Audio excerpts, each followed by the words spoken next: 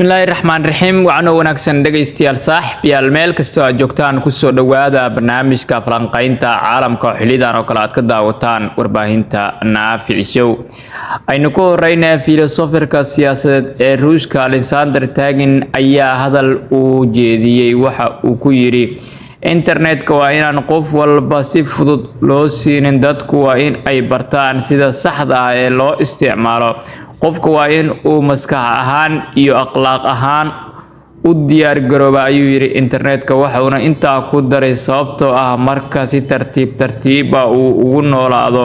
dunida internetka waxa lumaya ayuu yiri nafteena iyo nolosheena dhabta ah dhinaca kale Iran ayaa doonaysa ka hor inta aysan saxiixin heshiiska ay la galayso Mareykanka in uu Shiinuhu damaanad qaade ka noqdo heshiiskan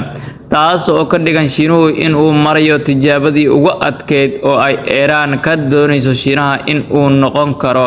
ama ka noqon karo kan ka hortagayo jibinta heshiiskan kadib markii Trump uu u soo jeediyay dalalka ku lugta leh heshiiska lagu joojinayo dagaalka Iran inay ku biiraan heshiiska Abraham Accords oo Israa'iil xiriir diblomaasiyadeed la sameystaan ayaa warbaahinta Pakistan waxa ay weydiisay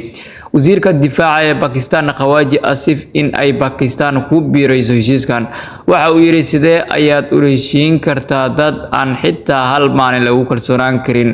mowqifkeenu waa cad yahay arrintan ma aqbalayno ayuu yiri waxa uu intaa ku daray sidoo kale Pakistan waa dalka kaliya ee baasaboorkiisa xitaa ku qoran yahay